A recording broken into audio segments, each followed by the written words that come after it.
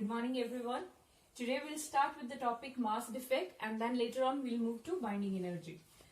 Now what is mass defect? As we have discussed in last class that a nucleus is composed of neutrons as well as protons.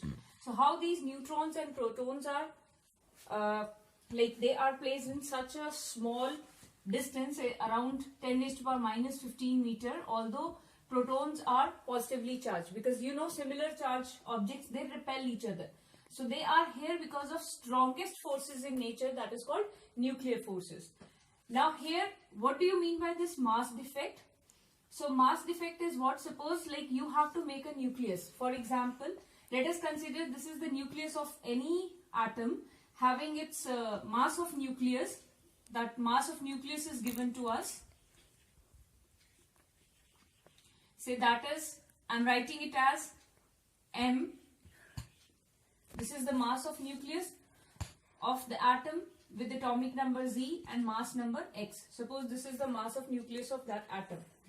Now what is the mass of protons in it? Since there are Z number of protons, so mass of protons will be Z into mass of one proton. How many number of neutrons will be there? Yes, it will be A minus Z. So what is the mass of neutrons? So that will be A minus Z into Mn. So this is your mass of neutrons. Now when we add these two things, because nucleus is composed of neutrons and protons, means when we add up the mass of protons and mass of the neutrons, that should be equal to the mass of nucleus. But in reality, when it is done, the mass of nucleus is slightly small than the mass of protons and mass of neutrons. That difference in mass is converted, that difference in mass is called mass defect, which is responsible for the binding energy. Now how is it so? Like the mass defect delta M, so the mass of actual nucleus is less than the mass of protons and mass of neutrons. So delta M is Z into MP, mass of protons, plus A minus Z into Mn, mass of neutrons, minus mass of the nuclei. That will be given to you in the questions, because when we have to solve question based upon them, then this thing will be given to you. So this is your mass defect. Now as we have discussed in the last class only, that if mass is 1 AMU, then what is binding energy? Or we have calculated only energy, then energy by this relation mc square. Okay, so if mass M is 1 AMU, then this energy comes out to be 931 mega electron volt. Means if the mass defect is 1 AMU, corresponding to that energy is 931 mega electron volt. So whatever AMU will come in the question, so you can find binding energy by simply multiplying that by 931 mega electron volt. Now how is it done? So let us have a look on one example based upon this. Okay, so I'll discuss first one example how to calculate this energy. So this energy actually corresponding to the mass defect, that is called binding energy. So first we have to calculate delta M. Then we have to calculate binding energy. Binding energy is given by the formula delta mc square. Now what is binding energy? Energy that keeps the neutrons and protons bound inside the nucleus. Means this much energy is required to make them free out of the nucleus. Okay, that is called binding energy. So now we need to calculate binding energy for different questions. So that type of question comes in exam. Okay, so I'll give you one example. You all will write whatever is given. I'm writing on the board also. Now from that formula, we'll calculate the binding energy per nucleon for a C612 nucleus. Atomic mass of this nucleus is given to you 12 AMU. Mass of a proton is given to you and mass of neutron is given to you. Even if it is not given in the question, then your question paper, these values are given like at the front page.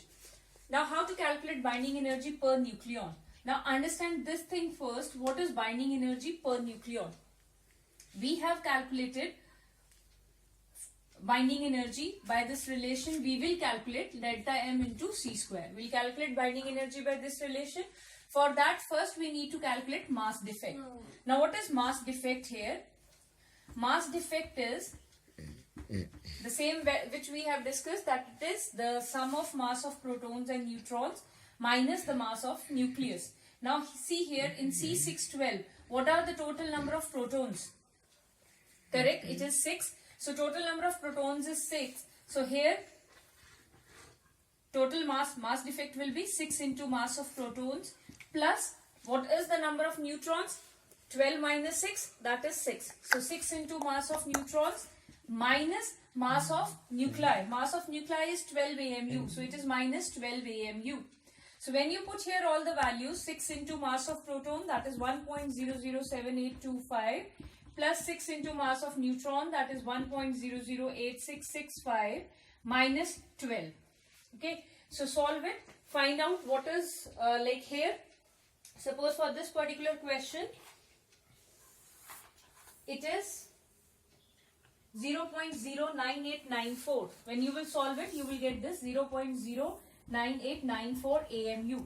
So this is the mass defect. How to calculate binding energy? Binding energy will be mass defect, whatever you have calculated, 0.09894 into 931. This will give you this value in mega electron volt. This is our binding energy. When you divide it by total number of nucleons here are 12. So when you divide it by 12, this will give you binding energy per nucleon. So this is how you have to calculate binding energy per nucleon. Everything will be given to you in the question. The only thing is first you have to calculate mass defect. Now I'll give you 2 or 3 more questions in the group. So you will solve it along with this question. Okay. After this, now what is this binding energy per nucleon? Why is it so important? Because binding energy per nucleon, if it is having a higher value, it means that particular atom is more stable as compared to other atoms. There is a binding energy per nucleon curve which will determine the relative stability of different atoms. So we'll discuss first that binding energy per nucleon curve, and then later on, based upon that curve, we will define nuclear fission and nuclear fusion. So that is the last topic from this chapter, nucleus. So here, what is binding energy curve?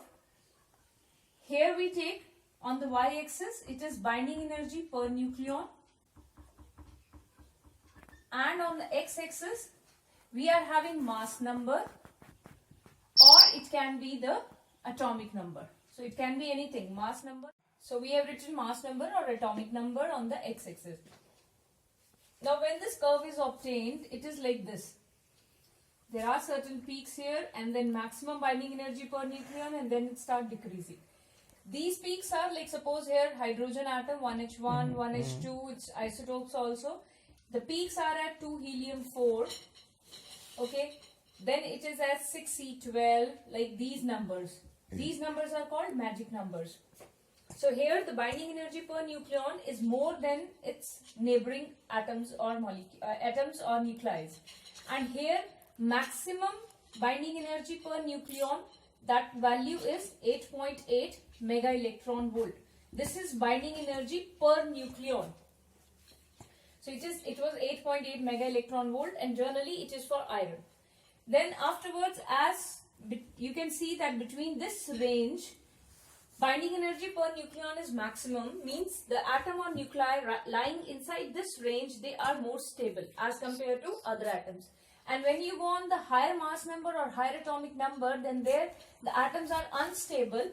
So to attain the stability, they break into smaller nuclei. This process is called nuclear fission. Okay, here atom like 92 uranium-238, this kind of atom are present. Radioactive series start from here, because here being their heavy nuclei, their larger nuclei, their binding energy per nucleon is less, means they are less stable. So to want to attain stability, they break into the smaller nuclei. Now how is the reaction of nuclear fission?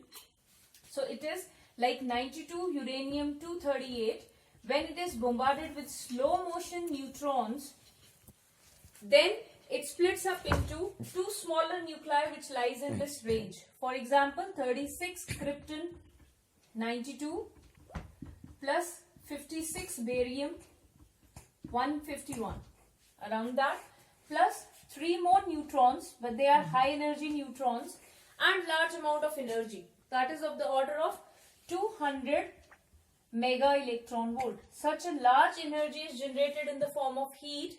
This energy can be used to produce electricity in nuclear power plants. Okay, this is the nuclear reaction. So if you will not control this reaction become uncontrolled and it will result in the nuclear bomb. So how it can be uncontrolled? See here, one neutron produces 3 neutrons further. These 3 neutrons further react with uranium, and how many neutrons will be produced? So let us see, like suppose one neutron, when it strikes with uranium, how many neutrons further are produced? 3. This type of reaction is called chain reaction. Now these 3 neutrons, they can again react with, like they can bombard with, have collision with uranium because they are inside the nuclear reactor. So when they again made to fall over the uranium, they will further release 3 neutrons. And these neutrons are having very much high energy.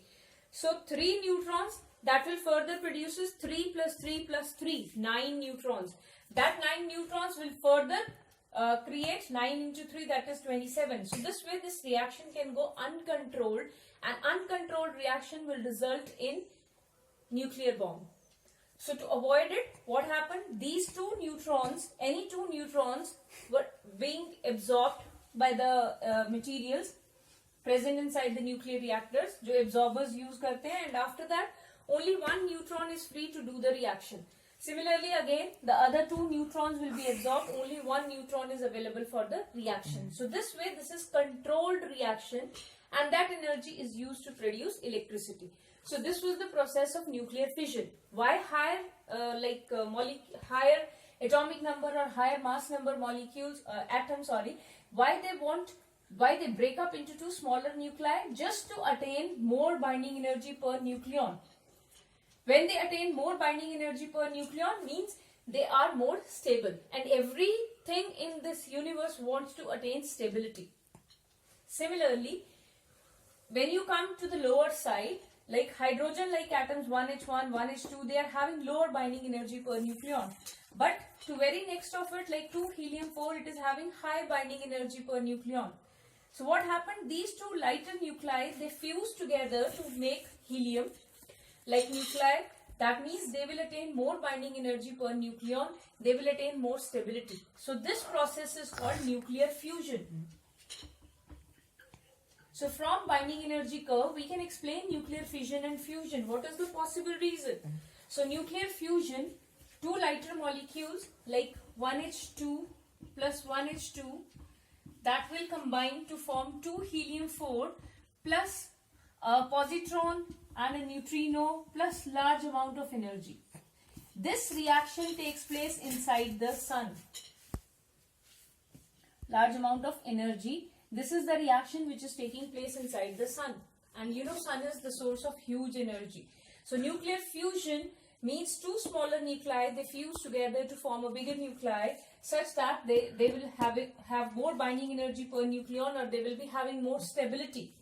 Okay, plus a positron, that is antiparticle of electron, plus a neutrino. You don't have to study about these. You only have to learn this, that 2 lighter nuclei, they combine to form a bigger nuclei. Only thing is to attain the stability. Okay, plus large amount of energy is produced.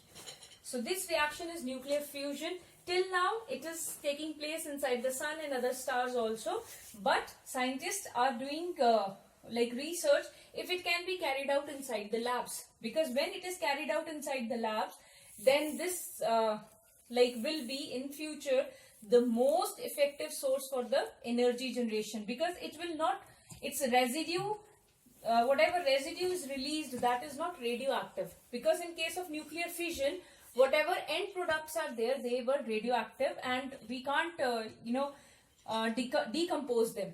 Basically, if you dig it into the ground, then also radioactive radiations are there which can cause cancer. But here in case of nuclear fusion, no such product is there. But nuclear fusion is difficult to carry out in labs. Reason being, for fusing 2 lighter nuclei together, you need very, very high temperature.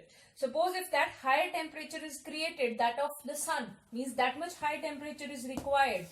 So for bearing that much temperature, we need some metal container or some apparatus which can bear that temperature also. So scientists are working on it. So whenever it will come into reality, then obviously this is the most powerful source of energy on Earth. Okay, so this is all about nuclear fission and fusion. Remember it, heavy molecules, they break up into the molecules from this region to attain stability. Similarly, lighter molecules, they fuse together to form the heavy nuclei to attain the stability. That is your nuclear fusion. Okay, so this is all about chapter nucleus. Okay, so after that, do those questions which are posted in the group. Thank you and have a nice day.